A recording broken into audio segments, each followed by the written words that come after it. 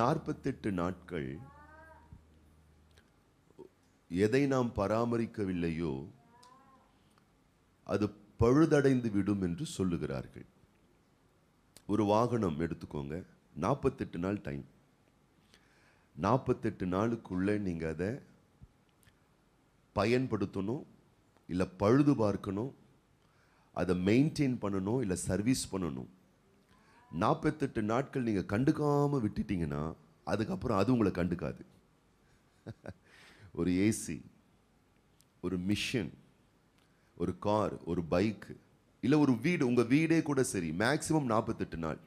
நீங்க ஏதாச்சும் வீடை லாக் பண்ணிட்டு ஊருக்கு ஏதாவது போறீங்கன்னா மேக்சிமம் 48 days கண்டமாயிரும் அப்படின்றாங்க.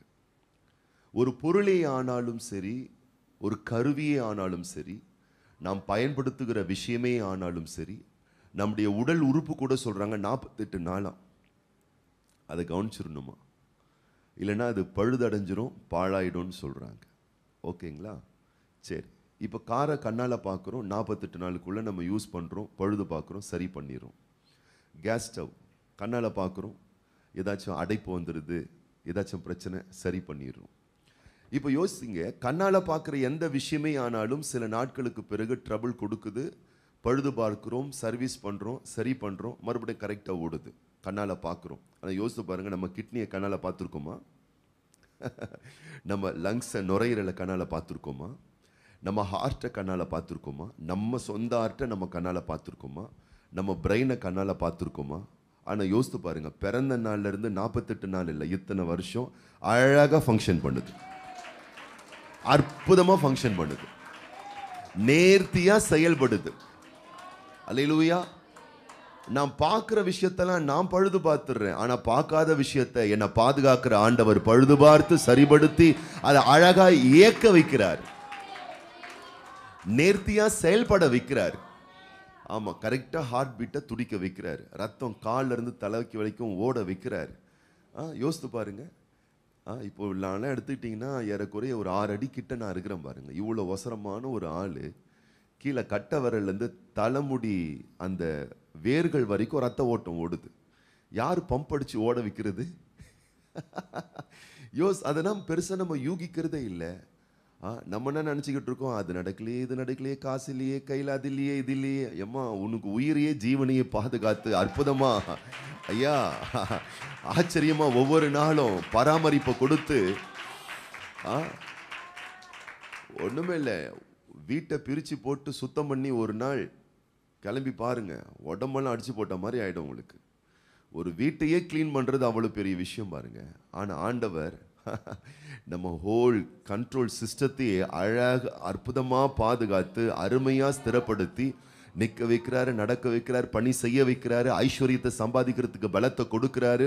ஒவ்வொரு நாளும் அவர் தர நன்மைகள், அருளுகிற ஈவுகளை நினைச்சு பார்த்தா உண்மையாகவே பிரமிக்கக்கூடிய ஒரு விஷயமா இருக்கு. ஆனா பிசாசு என்ன பண்றான், அதெல்லாம் மறக்க வச்சுட்டு, உனக்கு அது இல்லையே, உனக்கு இது இல்லையே, இப்படி இல்லையே, அப்படி இல்லையே, அது இல்லையே, இது இல்லையன்ட்டு புலம்பி தள்ளுறதுக்கே நாட்களை நியமிச்சு வச்சுட்டான் பாருங்களேன். புலம்பலாம், தப்பு இல்லை, அது சில நிமிடங்கள் தான். புலம்பல்னு ஒரு புஸ்தகம் இருக்கு பாருங்க, ரொம்ப குறைவான அதிகாரங்கள் தான். புலம்பல்னு ஒரு புஸ்தகம் இருக்கு, சொல்லுங்க பார்க்கலாம். பைபிளில் கொஞ்சம் சத்தமாக தான் சொல்லுங்க.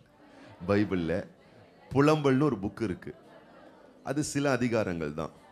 அப்போ சொல்லுங்க, வாழ்க்கையில் புலம்பல் வந்தா அது புலம்புறதுக்கு சில மணி நேரங்கள் தான். ஆனால் அதே பைபிளில் மகிழ்ச்சியாக பாடுறதுக்குன்னு ஒரு பாட்டு புஸ்தகம் இருக்கு, அது பேர் சங்கீத புஸ்தகம். அது 150 அதிகாரம் இருக்கு. அப்போனா நீங்கள் பாடுவதற்கும் துதிப்பதற்கும் ஆராதிப்பதற்கும் நிறைய விஷயங்கள் இருக்குன்னு பைபிள் சொல்லுது. அதற்காக புலம்பல் வர்றதுக்கு துக்கப்படுறதுக்கு ஒன்றுமே இல்லை, இருக்க தான் செய்யுது. ஆனால் அதெல்லாம் ரொம்ப விரல் விட்டு எண்ணக்கூடிய விஷயங்கள் தான். அல்லேலூயா.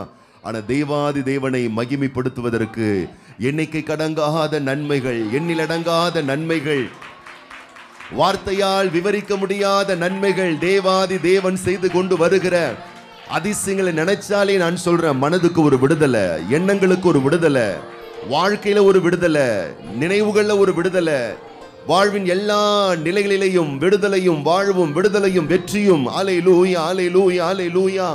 ஓ மக்கு நன்றி தேவனே, நன்றி தேவனே, நன்றி தேவனே. யோனாவின் புஸ்தகம் 2ஆம் அதிகாரத்திலே சொல்லி வைக்கப்பட்டிருக்கிறது. யோனா மீனின் வயிற்றில் இருக்கும் பொழுது புலம்பி தள்ளுறாரு மனுஷன்.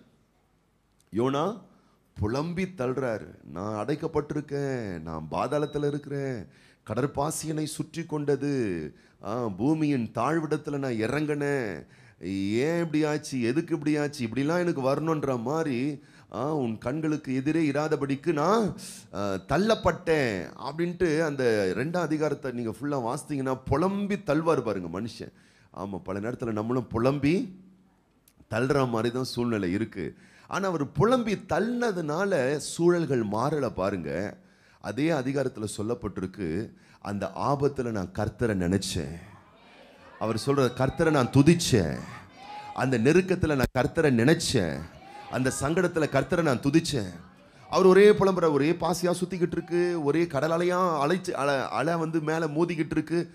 மீன் வந்து அப்படியே வாயை திறந்து மூச்சு இழுக்கும்போது தண்ணியெல்லாம் அப்படியே உள்ளே போகுது. உள்ளே போனவுடனே இவர் அப்படியே டகடகடகடன்னு அப்படியே ஆடுறாரு.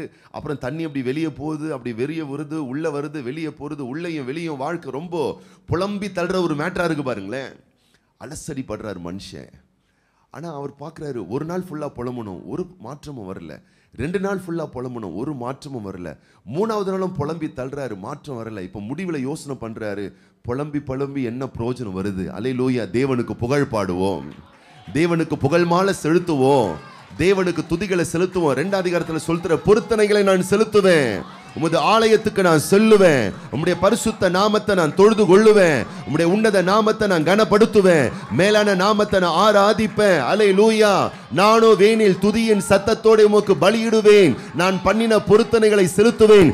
ரட்சிப்பு கர்த்தருடையது. கர்த்தரால தான் என்னை காப்பாற்ற முடியும், கர்த்தரால தான் என்னை விடுதலையாக்க முடியும். அந்த இடத்துக்கு அவன் வரான் பாருங்க. அந்த இடத்துக்கு நம்ம வந்துடணும். எந்த இடத்துக்கு வந்துடும்? கர்த்தரால தான் என்னை காப்பாற்ற முடியும், கர்த்தர் என்னை காப்பாற்றுவார். இந்த இக்கட்டுகளுக்கு, இந்த நெருக்கடிகளுக்கு, இந்த உபத்திரவங்களுக்கு, இந்த வாதை வருத்தங்களுக்கு, இந்த சங்கட சச்சரவுகளுக்கு அவர் நீங்களாக்கி என்னை காப்பாற்றுவார். அப்போ நான் என்ன பண்ணுறேன்? துதியோடு, அல்லேலூயா, துதியின் சத்தத்தோடு உமக்கு நான் பலிகளை செலுத்துவேன். அதுக்கப்புறமா தான் பைபிள் சொல்லுது, கர்த்தர் மீனுக்கு கட்டளையிட்டார். அப்படின்னா பிரச்சனை மீன் தான் அவனுக்கு இல்லை. அப்போ பிரச்சனை என்னும் அந்த மீன்ல, அந்த நெருக்கடியில், அந்த ஆபத்தில் நீங்கள் சிக்கப்பட்டிருப்பீங்கன்னா, அதன் வாயிலிருந்து நாம் வெளியே வந்து விடுதலை அடைய வேண்டுமேயானால், விடுதலையை கொடுக்கிற தேவனை நோக்கி நாம் புகழ் மாலைகளை நாம் செலுத்த வேணும். மீன் கிட்ட போராடுறதுனால மீன் ஒன்றும் நன்மை செஞ்சிடாது. நீங்கள் நிறைய பேர் மனுஷங்கிட்ட போய் புலம்பிக்கிட்டு இருக்கீங்க, மனுஷனுடைய தயவுக்காக காத்துக்கிட்டு இருக்கீங்க, அதனால ஒரு பெரிய மாற்றம் வந்துடாது. ஏன்னா அவன் மொடா கண்டன் கொடா கண்டன். அவன் இதயத்தையும் கனிவாய் கருணையாய் மாற்றக்கூடியவர் தான் கருணை பிரவாகம் கர்த்தாதி கர்த்தர். அப்போ அவர் கரத்தில் விழுந்து, அவர் பாதத்தில் விழுந்து, அவர்கிட்ட மொத்தமாக நம்மளை சரண்டர் பண்ணும் போது பாருங்களேன், அல்லேலூயா, அல்லேலூயா, கர்த்தர் இக்கட்டிலே நமக்கு உதவி செய்ய, விடுதலையாக்க, காப்பாற்ற, நமக்கு எல்லா நன்மைகள் நிறைவாய் தர கர்த்தர் போதுமானவராக இருக்கிறாரு பாருங்களேன். அப்போ மீன் கிட்ட இவன் கெஞ்சிட்டு இல்லை, மீன் கிட்ட போயிட்டு என்ன பண்ணல, மீன் கிட்ட போயிட்டு அவன் ஃபைட்டும் பண்ணல, மீன் கிட்ட போயிட்டு கெஞ்சவும் செய்யல. நெருக்கங்கள் வந்துடுச்சா, அந்த நெருக்கடிகளை பார்த்து, அந்த சூழ்நிலைகளை பார்த்து நீங்கள் ஃபைட்டும் பண்ணாதீங்க, நீங்கள் கெஞ்சவும் செய்யாதீங்க. யார்கிட்ட கெஞ்சணுமோ அவர்கிட்ட வந்துருங்க. யார்கிட்ட கொஞ்சணுமோ, யார்கிட்ட துதிகளை செலுத்தணுமோ அவருடைய இடத்துக்கும் ஏரியாவுக்கும் நீங்க வந்துட்டீங்கன்னா அவர் கட்டளையிடுவார். மீனுக்கு கட்டளையிட்ட ஆண்டவர் உன் வியாதிக்கு கட்டளையிடுவார். மீனுக்கு கட்டளையிட்ட ஆண்டவர் பேய் பிசாசுகளுக்கு கட்டளையிடுவார். மீனுக்கு கட்டளையிட்ட ஆண்டவர் எல்லா கஷ்ட நஷ்டங்களுக்கு கட்டளையிடுவார். மீனுக்கு கட்டளையிட்ட ஆண்டவர் எல்லா விதமான தீமைகளுக்கு கட்டளையிடுவார். தீமை அவருடைய கட்டளைக்கு அடிபணிந்தே ஆக வேண்டும். அல்லேலூயா. தீமை அது தன் வாயை மூடித்தான் ஆக வேண்டும். கர்த்தர் மகா பெரியவரா இருக்கிறாரு, மகா வல்லவரா இருக்கிறாரு. எத்தனை பேர் நம்ம அதை உறுதியா நம்ம நம்புறோம்? அல்லேலூயா, அல்லேலூயா. 2 கரங்களை உற்சாகமாய் தட்டி, மீனுக்கு கட்டளையிட்ட ஆண்டவர் வியாதிக்கு கட்டளையிடுவார். மீனுக்கு கட்டளையிட்டு மீனினுடைய வயிற்றில் இருந்த யோனாவை காப்பாற்றி ஆண்டவர் பிரச்சனையின் வயிற்றில் இருக்கிற பிரச்சனையின் விளிம்பில் இருக்கிற, பிரச்சனையின் நெருக்கத்தின் உபத்திரவத்தில் இருக்கக்கூடிய என் வாழ்க்கையை, என் சூழ்நிலைகளின் கட்டுகளை ஆண்டவர் அறுத்து வெளியே கொண்டு வர நாங்கள் ஆராதிக்கிற தேவன் உண்மையுள்ளவர், வல்லமையுள்ளவர், ஜெயம் கொடுக்கிறவர். அல்லேலூயா, அல்லேலூயா, அல்லேலூயா, அல்லேலூயா, அல்லேலூயா. எத்தனை பேர் ஆமென் சொல்றோம்? நம்ம துதிக்க துதிக்க, ஜெபிக்க ஜெபிக்க, ஆராதிக்க ஆராதிக்க வெற்றியே நமக்கு நிச்சயம். எத்தனை பேர் ஆமென் சொல்றோம்? அல்லேலூயா, அல்லேலூயா. அப்ப மீன் வயிற்றுக்குள்ள இருந்தாலும் மீன் வயிற்றுக்கு வெளியே வந்ததுக்கு அப்புறம் யோனா துதிக்கல, யோனா ஆராதிக்கல. மீன் வயிற்றுக்குள்ள இருக்கும் பொழுதே துதிக்கிறான். இப்போ ஒருவேளை உங்க சூழ்நிலை அப்படி கூட இருக்கலாம், பல வகையான சூழ்நிலை. ஆனா அந்த நெருக்கத்திலேயே தேவனை ஆராதித்து விட வேணும், அந்த சங்கடத்திலேயே தேவனை போற்றி விட வேண்டும்.